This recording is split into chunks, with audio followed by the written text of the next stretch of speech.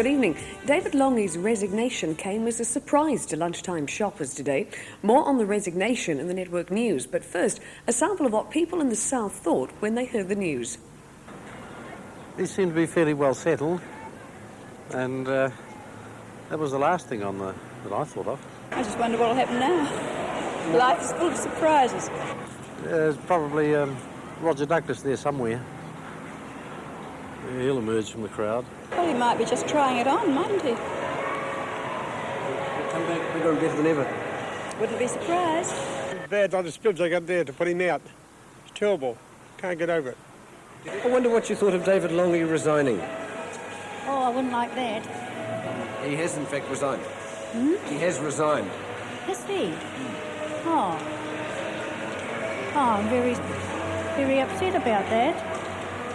I think it was all getting just a bit too much for him. Oh, poor soul. I don't know what's going to happen now. I think it'll sort of make or break their election campaign. I thought he was one of the worst leaders New Zealand's ever had. I'd be a bit sceptical about what's going to happen now. Oh, well, I think they should put Roger Douglas as Prime Minister, actually. I'm all for him. Yeah, same here. I think it's good. It's a shock.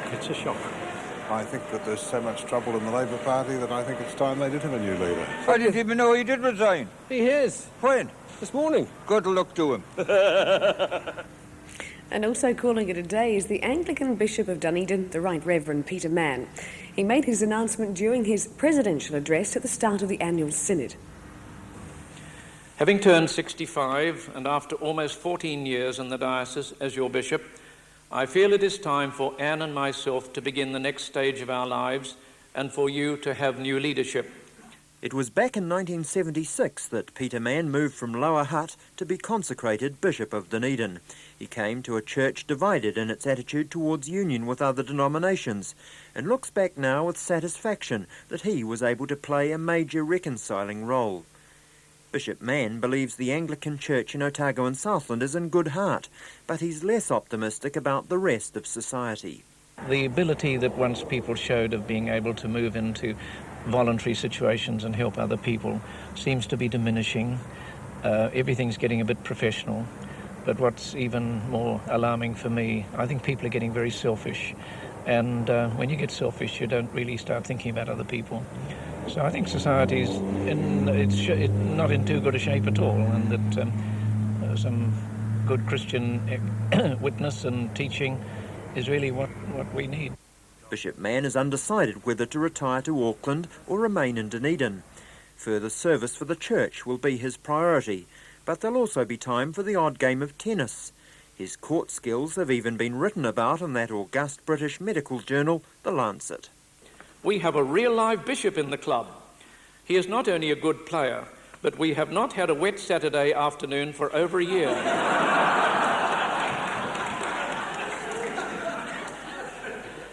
His Grace told me the other day that his knees had been painful of late. I think I know why. Kia ora.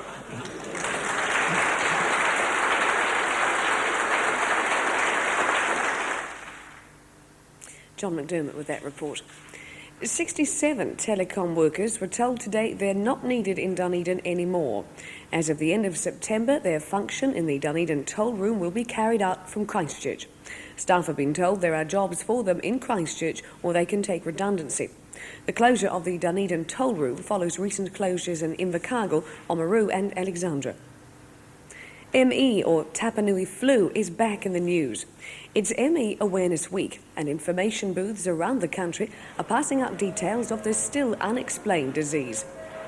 At the same time, medical researchers in Dunedin are calling for hundreds of patients suffering from the disease to help with their research. They're about to embark on two major studies, one a treatment to alleviate the symptoms, and the other they hope will identify a culprit virus. Here's Kathy Graham. This Dunedin woman suffers from myalgic encephalomyelitis syndrome, more popularly known as ME or Tapanui Flu.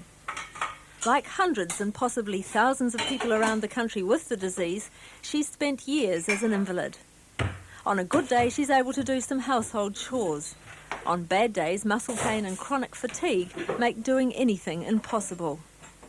Patients say what makes ME worse is the controversy surrounding it and the difficulty in diagnosing a disease with no known cause. In fact, it is a terrible disease. It destroys people, it destroys families, it makes the ability of people to work properly very difficult. And it's the trivialisation of that terrible tragedy that's the issue.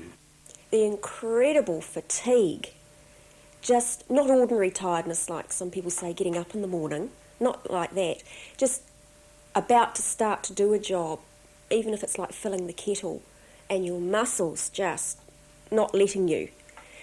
That was sort of some of the physical things that bothered me the most. Immunovirologist Mike Holmes has spent the past 3 years analysing blood samples, trying to isolate a cause. His latest study, using patients in the initial stages of the disease, may confirm earlier findings which point to a culprit virus. Well, there's only one family of viruses that we know of that could cause this sort of underlying immune embarrassment, if you like, and that's a very sinister family. It includes the AIDS and leukemia viruses and one or two others that are coming to light now that might even be associated with multiple sclerosis and that. But of course, if it was anything like that, it'd have to be something that was very, very much milder. It'd have the same sort of relationship to something like leukemia that, let's say, a common cold would have to paralytic polio. 50 volunteers are needed to give blood. We're trying to make it a respectable disease. I mean, there are still a lot of people who, certainly amongst the older members of the profession, that aren't really keen on ME being a proper disease. Meanwhile, at the Otago Medical School, researchers are setting up a program which will use 250 volunteers. It's aimed at testing the effectiveness of ephemerol, the essential fatty acid found in evening primrose oil, in improving the symptoms of ME. Well, we aren't looking for a cure because we actually don't know yet what causes this problem. Patients like Ruth hope the studies will at last provide some answers and some hope. Anyone willing to help with the studies can ring the microbiology department at Otago University on 797734. With such a glorious weekend weather-wise, it's not surprising to learn that July in the south was drier, milder and sunnier than usual. The official Dunedin Weather Office summary says sunshine was 25% above average. There were fewer frosts and rainfall was well below normal. It was a similar picture in Invercargill, which had above average temperatures for the month, more sun and less rain. Let's hope it keeps up.